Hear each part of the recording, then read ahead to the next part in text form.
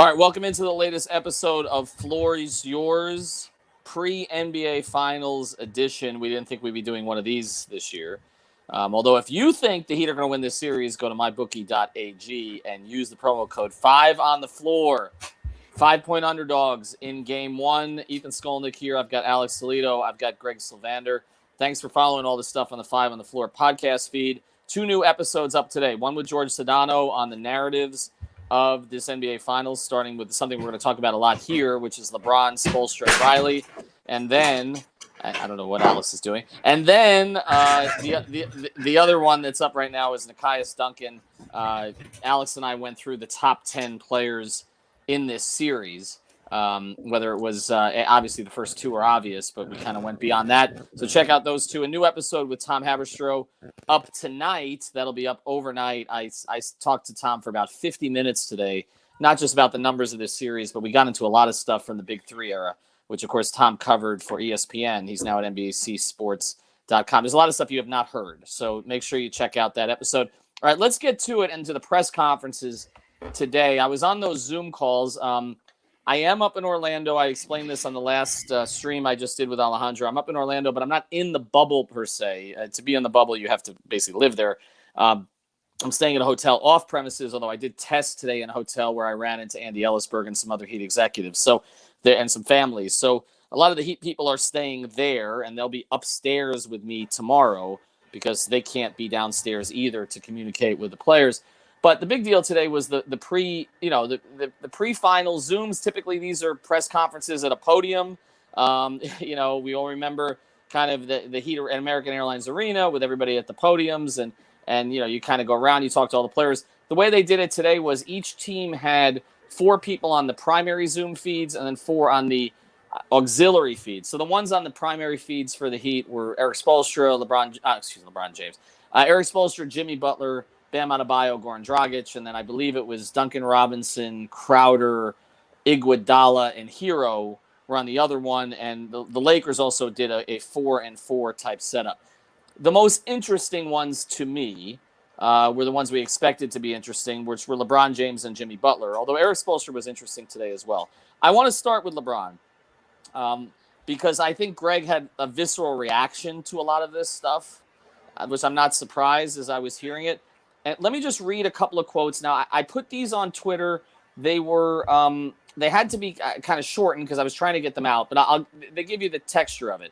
He said, LeBron on Eric Spoelstra, the players and coaches know how great Spo is, and there's this narrative that Spo is not great. He prepares his team every single night. They're going to play hard. They're going to play together. It's been you guys that have never given him his respect. And then the next one, he kind of went on sort of scoffing at the notion that he was asked if that there's a perception that anyone could have won with himself, Dwayne Wade and Chris Bosh. And he said, Spo likes that. That's what fuels Spo is this disrespect you guys give him, the basketball world. I'm not going to sit up here and act like I don't know what Spo is all about. He's damn good, almost great even. I didn't add that last part, but I remember it off the top of my head. I was a little bit surprised by this. Yeah. When you go back, it is a little bit of a revisionist history, Greg, right? Yes. I mean, when you know the ins and outs of what went on in 2011 and kind of how things ended in 2014, there's some irony in it all. But it was more that like he almost had to like trip and fall and mistake his way into saying that Spo was great. He said he's good. He's damn good. He may even be better than good. He may be great. Something like that. I'm paraphrasing, but I kind of felt like for somebody who, and this is the cool thing about Heat fans is that like we're building a very good historical catalog of memories. We don't have easy forgetters. We know kind of what transpired. In that moment, like just give the man his due. Like he's in the finals again. I know that there's another flat side of this coin where like him praising Spoelstra is good from a national perspective, that ultimately when you read the comments in print, you don't feel the context and the emotion around it. All that is good stuff. But ultimately, I kind of felt like it was not as genuine and sincere. And when you listen to Jimmy on the podium, and I know we're going to get to that in a little bit, you can see the stark contrast, and that just struck me today. Yeah, it did. And Alex, here's the other thing. This all started with a lot of questions about the Heat, right? Because I feel like the way that the national narrative has been set up here is that this is basically Heat LeBron against Lakers LeBron. It's not Lakers LeBron against the current Heat. That's the narrative that's been. And the second and third narratives are LeBron against AD as who's the real star of the Lakers, and the third narrative is LeBron against Michael Jordan in history. That's it. Those are the three narratives. The Heat do not exist. The current Heat do not exist. It's those three narratives. But he was asked about the Heat. But right, not yet. But I and look, we talked a lot about the 2011 Mavericks and that series. Tom Haberstroh and I did on our pod, and I invite you guys to listen to that because, one of the reasons that he thinks going up tomorrow morning. It's going up tomorrow morning, and one of the reasons he thinks that the Heat are going to win this series in 7 is because there are a lot of parallels to that particular series. But Alex, this first quote, a lot of zone, huh? A lot of zone between those two teams. A lot of zone. LeBron on the Heat today. He was asked about the thing. He came prepared with an answer on this one.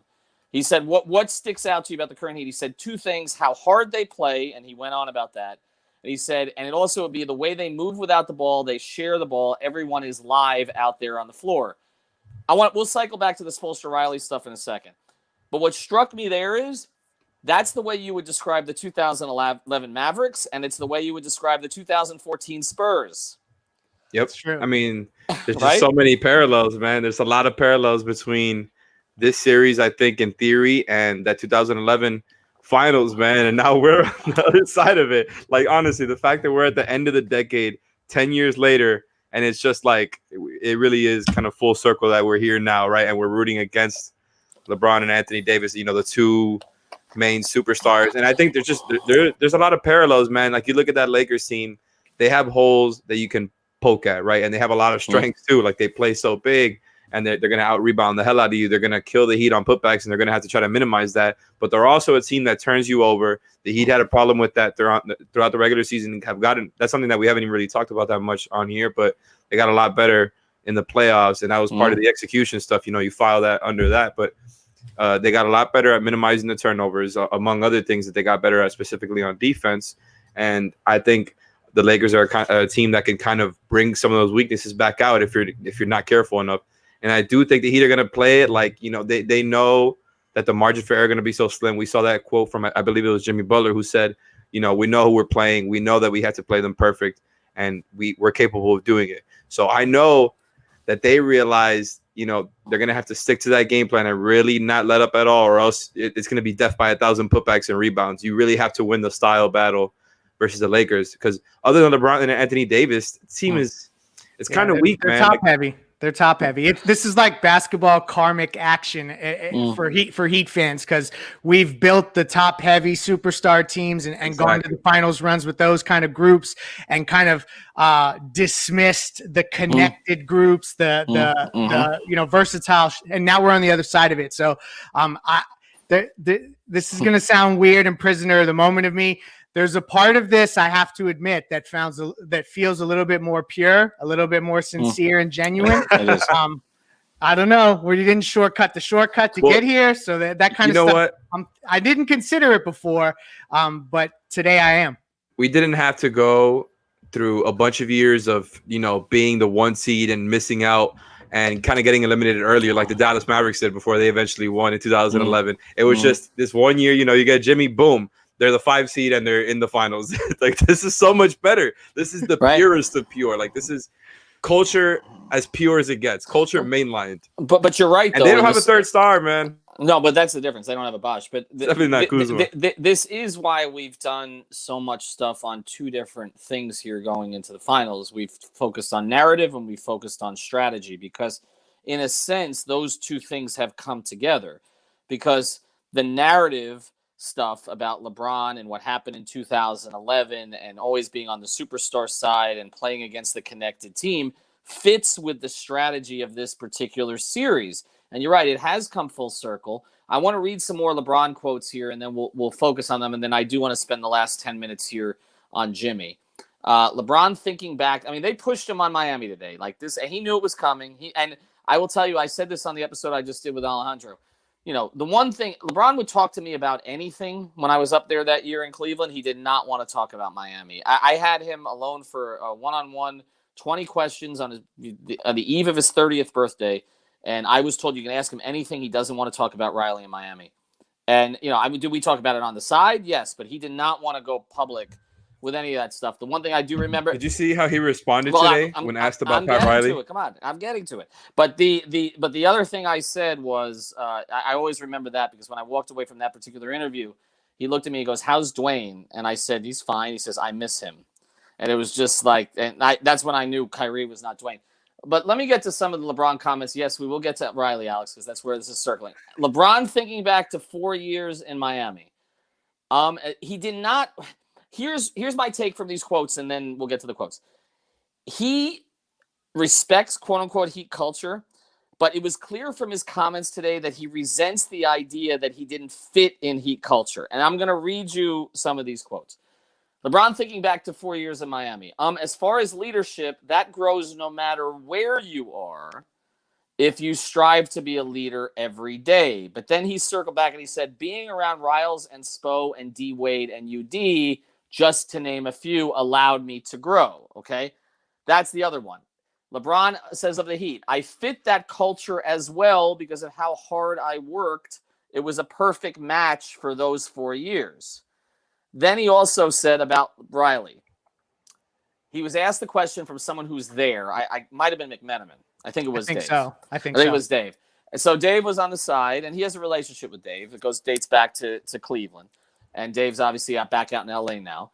And he kind of didn't like the question, and then he called it a broad question. And it almost felt to me, knowing LeBron and his relationship with McMenamin, because I was told that after I left, McMenamin became his favorite white reporter. Knowing their relationship, guys, I almost feel like he didn't expect Dave to ask this particular question. Exactly. 100%. 100%. Right? Like, it's like he's probably had this conversation with McMenamin. He texted him right afterwards. Right like, afterwards. Why the hell did you do that? Why the F are you doing that to me? Because that is the kind of thing. It's like when Dwayne said to me in the and I know I'm digressing there, but when Dwayne said to me in the Indiana series, when he was pissed at Spoelstra about something, one of the Indiana series, it might have been, I think it was the series that he had the blow up on the sideline. And I asked him, it wasn't that game though, it was a different game. And I asked him a question and he looked at me, he answered the question. And then after everybody's gone, he looks at me and he goes, why the F are you asking me a question like that about Spo? You know I don't want to answer that. So this felt to me like reporter he has a relationship with. And he's like, why are you, I expect these people to ask me that, but not you, Dave. But anyway, long pause. Then he called it a broad question. Yes. Right. And then he said, probably one of the greatest minds this game has ever had. And then on and on and on. This league is not the same without Riles. He's a great guy, great motivator, someone who just knows what it takes to win. This guy. Well, here's my question for you, Greg. I'll let you both answer it. What do you want him to say? What do you want him to say? Do you want him to just, because he did gush over these guys. It's just that like it took him a second to get to it, I guess. And he had to tell you that he was a fit for Heat culture. Well, no shit. He's a fit for Heat culture. He's the best player on planet Earth, probably the greatest player ever. Like there's this misconception of what Heat culture is, and like because of people like me who aggrandize it on Twitter, we think that like it's above talent and being the greatest of all time. Absolutely not. Like it's more about the fact that he feels the need to separate himself out from it. Like, let's not ignore the fact that you took the blueprint that was in Miami to Cleveland and you tried to replicate it word for word. And then since then, you've tried to take elements of it and replicate it. And mind you, you couldn't do that shit in Cleveland initially. You weren't winning championships initially. So you did have to come and learn some things in Miami. So just an ounce of humility would go a long way to just be like, okay, I did go there. I learned how to win, and it's helped me for the rest of my career. It doesn't mean we didn't make LeBron James. That's not what we're trying to say. But like, don't act like you are above the fray because you weren't winning in Cleveland. Newsflash, you weren't. Right. Look, I mean, I almost don't want to follow up here at all. Just move on to because there's nothing I could say to combat what Leif just said. I follow behind the culture. I know the series is going to be personal for both sides in a way, even if they don't want to admit it. At least, when we're talking about LeBron, Riley, Spo, and anybody else kind of involved in that whole ordeal. But man, it's funny. Like, I really got hyped up when Leif texted us earlier today. It was like livid at these responses because I did not have the same reaction. So I was kind of excited to hear what Leif said tonight. And now I'm going to feel bad saying that I did not get that same reaction at all. I was actually pleasantly surprised when I read the quotes before seeing the video of like, oh yeah. Yeah, I only saw the video. I never read anything. Exactly. And that's what I was going to get to, that when I first read the quotes, I saw, he's giving props to Riley and Spo, and he that quote that you said earlier about UD and kind of the culture setters having them. I'm like, wow, he's really doing the Heat propaganda stuff. I watched the video and it's almost like he got backed into saying those things. So I definitely see what you mean. He definitely did not want to give fire to the whole narrative about, maybe LeBron not liking the Heat or not liking Spo or maybe not respecting them or whatever. He wanted to kind of put that away. I think that was clear. He definitely was offended by Dave McMenamin when he asked the question. I mean, the whole thing where he's like, well, it's kind of a broad question, Dave. That killed me. I thought that was amazing. But LeBron is still LeBron, man. He is still as what's the word that I'm looking for? As he controls the narrative, man. That's what he does. And he's a master. Yeah, I think he did a pretty good job towing the line. I'm not even going to lie. Well, I do think that there will be two totally different reactions. There's the video reaction and there's the written reaction. I got that too. But also there's the insider reaction where you kind of know the relationship he has with the particular reporters. And he was like, why aren't you asking me about pick and roll? I thought that's what he was going to say to McMenamin, because his assumption is Dave should know better than to go this direction. And he would have, and honestly, when I was covering him and some of the others, Mike Wallace, Windhorst, he would have done the same thing to us, because he was expecting that from the national guys. There's one other quote from LeBron, and then I want to skip it over to Jimmy. LeBron says, what will happen in Miami will never leave him. I went to Miami when I was 25 years old. I was 25. I spent 25 to 29. I was still growing. I was still a kid, still trying to figure out who I was as a person, as a man. I grew when they allowed me to grow. I fit perfectly. I think that's reasonable for him to say something like that. He was a much different person when he left than when he came. And he's been different since. I mean, even social justice, everything else that's developed within him. I just think it's uneasy for him. We can talk about how he may have want to punish Riley in the finals, but I don't know that he wanted these narratives. Boston's a different situation. It was a young team. It's just different. I mean, he's faced Boston in the playoffs before and handled them with Brad Stevens. He's never really wanted to deal with the Miami thing. He just hasn't. Right. And again, the contrast with Jimmy, he wasn't really asked about Jimmy or Bam or anybody today. I was trying to get in a question on Bam actually with him. He wasn't asked. But let's switch gears here to Jimmy, because like you mentioned, that was the contrast that stuck out to me today. And why Jimmy has endeared himself to Heat fans so much. Because he says everything they always wanted LeBron to say. It's like, and the other thing is, it doesn't sound forced with Jimmy, because he's so raw about everything that you just believe him. Like, he's not a calculated speaker. He's constantly offering that up himself too. Like, he's absolutely not backed into a Heat propaganda response like that. Like, he fully believes in this stuff, man. And the whole team does. It's clear. Like, it's not propaganda whatsoever. That's just what they believe. Like, every time they speak, they're talking about it for a reason. Like, you think they're given talking points by Heat PR? No, like, they're just living and breathing the shit. Heat PR. So I'm trying to adjust something here. Heat PR doesn't even give him a hard time about anything anymore, because they know what they're gonna get. Here is him on Pat Riley. Addition by subtraction, you might say. Well, that was Hassan. Come on, subtlety. Butler on Pat Riley. He was asked kind of if he was what he was told Pat Riley was. He says, every aspect of it, everything that I've heard from D Wade and just around the league is everything I wanted to be a part of. He's the individual that everyone outside and inside of basketball said that he was. He's about winning and winning now. And then he added, totally unprompted, we are all very thankful for the Godfather. I mean, could you, Pat would have retired at that moment if LeBron ever said that. That's it. I've got LeBron to call me I mean, could you ever imagine LeBron calling Pat the Godfather? No. That's funny because even Dwayne didn't necessarily lean in that hard. You know what I mean? Like there's only a few guys, Zoe and now Jimmy, UD to some extent. So you're right about that. And I guess this is like, and I hate that it circles back to LeBron, but it's a thing where just to clarify, like I root for LeBron now in most circumstances, but when you see Jimmy talk the way that he talks and you're talking about being endeared to the fan base so quickly, it's because of what he's embraced. There's even when he is brash and he's being unapologetically like F y'all, we're gonna do this, that there I can't even articulate it right. There's a certain degree of humility in it. And it's like it's very much a situation where he recognizes that it had to be a perfect marriage for it to work, to get to the finals. To do this is not a one-man show. It's a team thing. And I think just having that recognition kind of deeply seated in everything he says, it shows and he conveys it so well. So, and then when you see everyone else, you know, from Goran to Bam to everyone else kind of back that up as well, you know, it's genuine. And that's what's been different about this run. It's not ESPN Index. It's not any of that. It is like kind of Jimmy following kind of what the organization has put in place, but taking it to another level because he has the talent, the skill, and the charisma. So it's like it's a beautiful marriage. let me, Alex, let me give you a couple more quotes here because this was another one. Jimmy didn't have to bring up the Heat in this regard, and he did. He was asked because everything in the NBA, particularly with ESPN LA, revolves around the Lakers. He was asked whether he seriously considered the Lakers in free agency this offseason.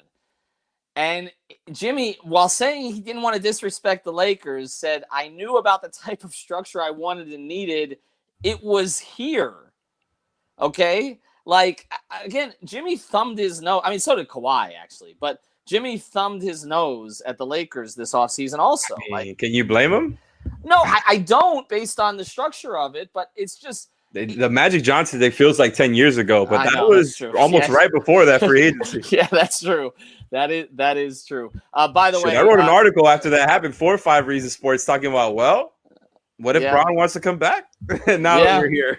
Yeah, no, that's true. And Magic now is tweeting his inanities on Twitter. That's basically what he left to. By the way, my phone may go because my mentions are blowing up because one of the things Goran Dragic said today was I asked him if he felt like a bridge between Bosh and Wade and this team, and he gave great praise to them, and Chris Bosh just decided to retweet it. So I guess he agrees, which was, I guess, one step closer to us getting Bosh back on the pod. I was about to say, yeah, we need to get him on. No, I'm working on it. I'm working on his on 3 also. But he also, there were a couple other things in here from Jimmy other than him saying he's never bringing anyone free coffee ever. It's never going to happen. Even except Coach O.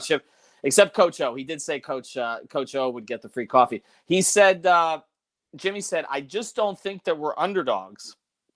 I don't. So what that nobody picked us to be here? I'm pretty sure nobody is picking us to win now. He also said about him being perceived as a bad guy, I just take being a bad guy if that's what people want to think. I know who I am. I'm cool. I'm content with that. I'm here now. I belong here. I've belonged here for a very long time. And then this one, he talked about how this, he sort of put in context what you're talking about, Greg, about this being organic. He said, together this group is how we want to win it. We talk about how much joy it brings us to play with one another. They are, he may not say they're not underdogs, but they are, he's kind of portraying them as the little defiant team that could, right? Like, America should love this team. Like, they should. Like, it shouldn't just be about LeBron, but it's going to be just about LeBron.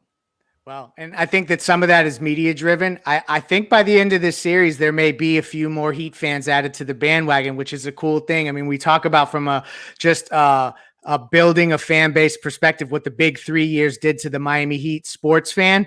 And now you're getting that limelight again. And that's what's like ultimately really cool about this series is that as a someone who's watched the organization since the 90s, like you're getting in the spotlight all these different times.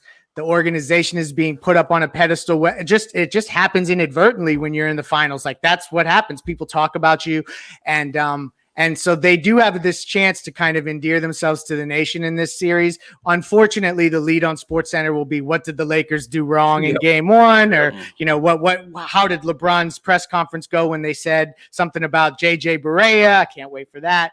But the results will matter, and we'll see. I mean, I really like this series for the Heat. I know that it's a tall task, but I like what they have in store. I think that there's some tricks up the sleeve there that Spoelstra is dying to get to.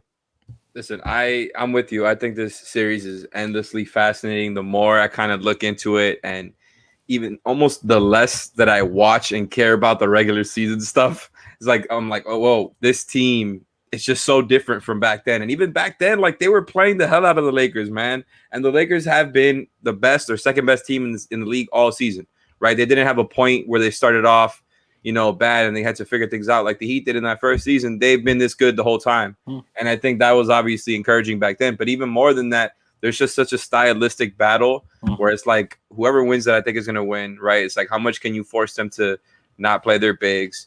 And then, honestly, man, I think there's just so many ways it can go.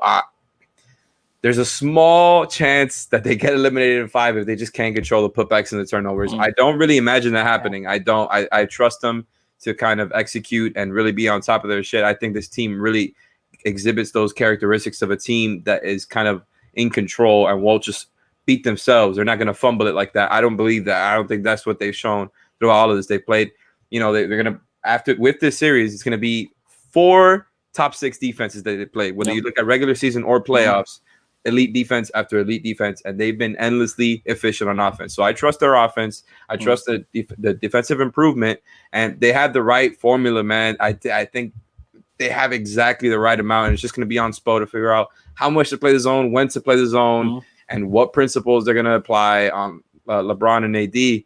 Because I wonder if it's going to be, separate principles for each, whether like if AD gets the ball, you kind of double him or you send him one way where he doesn't want to go, or when it's LeBron, you form the wall. You know what I'm saying? I think we might see some really complex defensive game plans, because I think like when they're not playing the zone, that LeBron AD pick and roll is going to absolutely kill them. So I think you're going to see some really creative defensive stuff to make sure that doesn't happen. I think you're going to see Spo make those shooters beat you, and it's really going to come down to how many threes that he can make, and also how much can they limit those turnovers. I think the other thing you talk about when you talk about their offense is overcome all these great defenses. Again, the team has shown great sort of resilience and flexibility, and so is Spoelstra. And that is, we haven't talked a lot about Spoelstra v. Vogel. We're probably going to talk about it more as the series goes on, but Vogel didn't show a ton of flexibility prior. Now, we had, when we had those Pacer Heat series, and he paid for it. But Sedano says, this year we had George on. He said, Vogel's been much more flexible, even started different second half lineups than first half lineups. So that's one of the matchups. One of the other things I'm really curious about is this is an NBA Finals like no other. I mean, the media calls are on Zoom. They're on Zoom. Yeah. I mean, he's got a few people around him, but other than that, it's monitored. It's controlled. I mean, they aren't bumping into people on the street. They're not. I mean, they're literally they're only bumping into each other. I mean, that's fascinating. I wanted to ask that question today. Like, has Jimmy bumped into LeBron in the past week? Is he trying to? I mean, what? I mean, they're the only ones left. I mean, right? Everybody else is gone. There were 22 teams went in. 2 teams remained. That's it. Okay. Ethan, did you think one of those two teams? When you were, I don't remember if it coincides with your time life or when you worked with Bleacher Report. Did you cover those Cavs Bulls series in person? Yeah, I covered the 14-15 series. I did. I was not at the game where David Blatt called the timeout he didn't have and got away with it. That was the second round series and the whole thing, the LeBron game winner. That's the only game I missed in that series, actually, and that is the game that essentially, I mean, without that game, David Blatt probably would have been fired that season. LeBron probably would have been eliminated. Jimmy Butler would have moved on.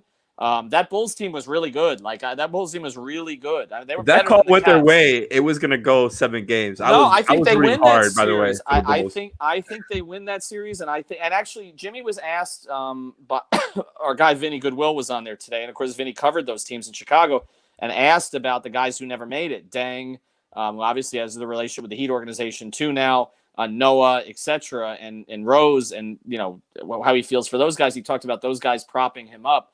It's so funny listening to Jimmy today.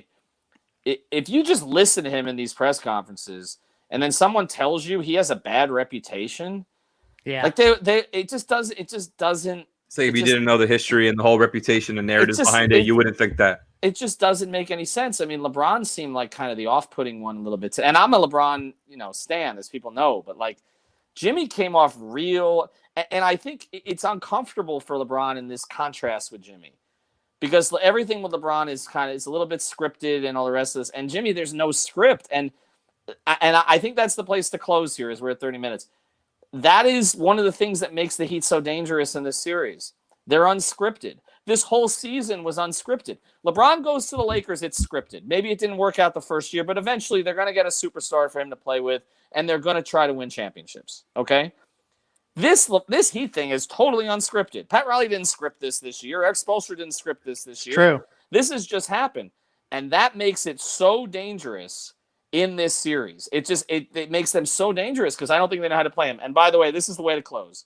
Scrolling across my screen, I just got a DM from Chris Bosh saying that he's forwarding it to his people, and he'll get on with us this week. Big news. That's a good way to close. Always tag on Twitter, guys. Tag. These guys turn off notifications unless they're tagged, even if they follow you. Turn on notifications for Twitter and YouTube, by the way. You'll get notifications when we go live. We've got almost 500 people watching right now.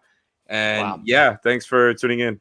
Yep, thanks for tuning in. We'll be back tomorrow. We're doing the live streams. Alf will be back in the mix tomorrow. He's been in San Francisco. He's going to host the live That's probably why they tuned in.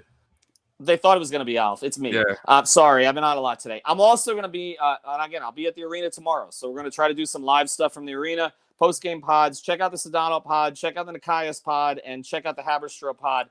And who knows, Thursday, check out a Bosch pod. Talk to you soon. All right, don't leave, guys, because we're going to play